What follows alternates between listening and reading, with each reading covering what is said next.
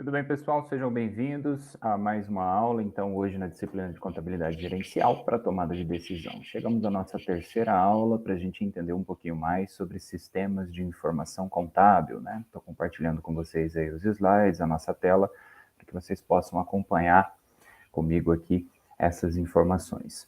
Então, a gente precisa primeiro perceber o que são esses sistemas de informação, né? Então, assim como nós entendemos os sistemas de um modo geral, como produtores da informação, o mesmo pode ser dito para a área da contabilidade, né? Em teoria, o que o sistema faz é alimentar-se de dados, processar estes dados e produzir uma certa determinada informação. Então, nesse sentido, o que seria a informação contábil, né? Como nós já vimos na aula anterior, a informação contábil é aquele resultado que a gente tem do processo chamado de escrituração, né? Ou seja, a evidenciação das informações, das demonstrações contábeis. Então, a gente registra todos os atos e fatos para poder ter um determinado resultado, para acompanhar, monitorar, evidenciar de uma maneira geral a situação do patrimônio, a situação econômica daquela entidade.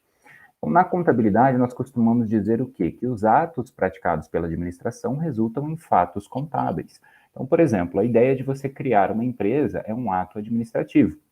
Por sua vez, essa decisão e essa ação resulta na necessidade da chamada escrituração contábil. Então, você vai ter que fazer o registro patrimonial disso. Vai lá, faz o contrato social e, a partir do momento que a empresa inicia suas atividades, ela possui um patrimônio próprio. E isso vai ser controlado pela contabilidade. Então, vai ser feito ali o livro diário, o livro razão, as demonstrações que forem obrigatórias de acordo com a legislação. Então, assim que a empresa é criada, a contabilidade ela passa a ter este papel de registrar, de mensurar e de evidenciar esses dados, né? E é importante que haja essa integração e que vocês percebam que todas as decisões tomadas pela administração precisam ser repassadas para a contabilidade, porque de uma forma ou de outra elas vão influenciar, tá? Outro exemplo que nós podemos ter aqui é a realização de uma venda, né? O cotidiano aí de uma empresa de comércio, por exemplo. Na visão da organização, é um ato, né? É uma ação cotidiana a ser praticada, vender uma mercadoria. E para a contabilidade, isso vai ser observado como um fato que precisa ser devidamente registrado e evidenciado. Por quê? Porque será necessário ali um controle da informação, né? Então, nós vamos ter que registrar a saída da mercadoria, por exemplo, a entrada da receita, do dinheiro, seja à vista ou a prazo, né? A avaliação desse custo da mercadoria vendida, o próprio controle de contas a receber, separando ali cada um dos clientes, a forma de pagamento, o que ficou combinado e todas essas informações.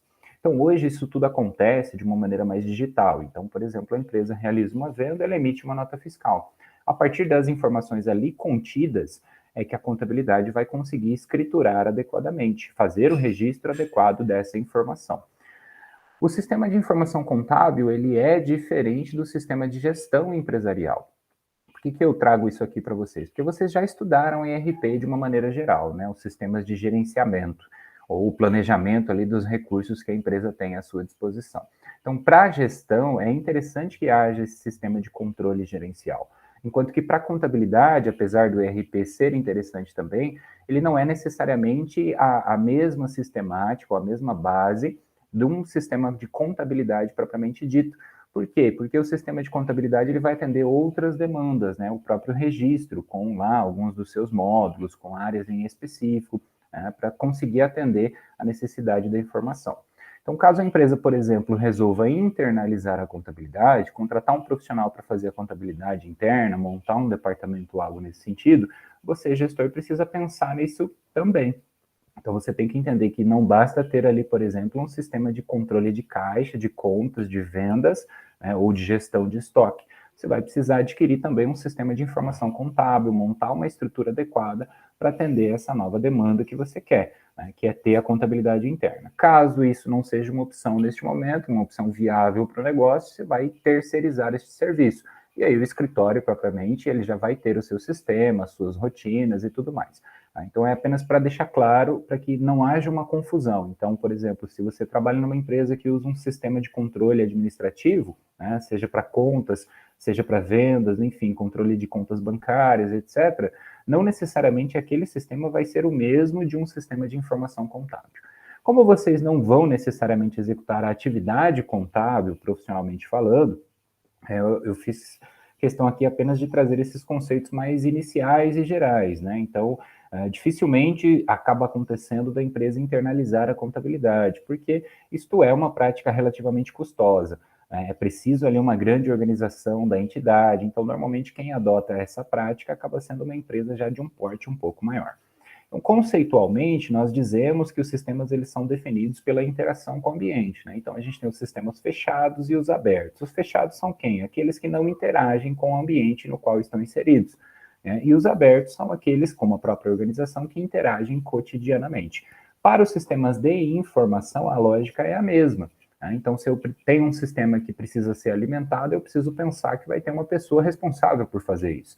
Né? E é necessário que essa pessoa possua ali o conhecimento adequado. Então, eu não posso, por exemplo, colocar qualquer pessoa para fazer emissão de nota fiscal, ou qualquer pessoa para controlar as vendas que foram realizadas a prazo, para fazer o financeiro da empresa e tudo mais. Eu também não posso pedir que a pessoa faça esse controle sem as ferramentas adequadas. Então, você precisa buscar, conhecer e entender os sistemas que estão aí no mercado, sejam eles gratuitos ou pagos, né? Tem de todos os tipos, para que você perceba qual é o mais adequado para a organização da sua gestão, né? Da gestão que você faz na organização que você participa. Uma outra conceituação que nós podemos dar também é pelo tipo de informação produzida. Então, para determinados departamentos, por exemplo, né, a gente vai ter ali um sistema dedicado à informação de controle de caixa, a gente vai ter outro só para o estoque, ou ainda um que contempla essas duas funções, né, sobre recursos humanos e etc. Então, assim, dependendo da necessidade que eu tenho, é que eu escolho o sistema que eu quero. E aí, preços e condições e esses aspectos são também variáveis que precisam ser levadas em conta, né, pelo sentido do custo-benefício da informação. Não adianta ter um sistema super, hiper, mega e não ter nem informação para ser gerada ali naquele primeiro momento da organização. Então, conforme a empresa avança, ela precisa fazer isso e tratar isso como um investimento, porque há um retorno em relação à organização, em relação à informação que é obtida, e existe aí um processo de retroalimentação para melhor tomada de decisão.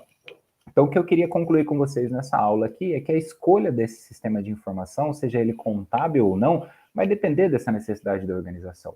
E para que vocês não confundam uma coisa com a outra, né? Como eu disse, o ERP tem um foco, né? O controle gerencial é uma coisa, e existem sistemas contábeis que possuem esse ERP integrado ali com as atividades da contabilidade. Mas os sistemas de informação contábil são dedicados exclusivamente para a parte fiscal, para a parte contábil propriamente dita, ali para registro e evidenciação das informações, né, para apuração de guias e etc. Então, são coisas relativamente diferentes, né? E aí, dependendo da sua necessidade, do seu planejamento, daquilo que você está buscando, é que você vai fazer essa escolha de acordo com o que você tem à sua disposição também. Porque, às vezes, esse investimento ele pode parecer muito alto, mas aí é preciso contemplar isto também naquele planejamento estratégico, na ideia, né, que nós temos sobre o futuro da organização. Tá? Então, uma vez entendido que o sistema de informação contábil ele tem as suas particularidades, aí a gente pode ir aprofundando e entendendo melhor. Precisa exclusivamente de um sistema para poder atender as demandas que, por exemplo, o governo vai cobrar da parte contábil da minha empresa? De certa maneira, sim, mas aqueles que ele cobra, ele também fornece. Né? Então, o que a gente usa são sistemas do dia a dia para gerar informações que serão absorvidas por outros sistemas do próprio governo para, por exemplo, atender aquela demanda do SPED ou outras obrigações que existam, né? As declarações e etc. Então, assim, é preciso perceber que se o seu sistema não está adequado à sua realidade, haverá aí uma dificuldade, tanto no sentido contábil, para o patrimonial e econômico, quanto no sentido organizacional também. Tá? Então, é para a gente entender como isso, ou essa parte da ementa, se aplica à nossa disciplina. Tudo sempre focado na tomada de decisão. Tá? E aí você faz essa reflexão, faz essa análise para decidir melhor sobre o futuro da organização que você é responsável. Então, por enquanto é isso. Na próxima aula a gente continua os nossos estudos, entrando na área de precificação, já trabalhando ali com alguns exemplos um pouco mais práticos, né, para a gente poder sair dessa teoria e entender a mecânica de formação de preço e também a ideia ou o conceito do ponto de equilíbrio, a fim de que a gente possa entender o mínimo que a empresa precisa alcançar para começar a atingir ali os seus objetivos pré-definidos por esse planejamento estratégico. Obrigado pela atenção, conto com a participação de vocês, então, na nossa próxima aula. Bons estudos e até lá!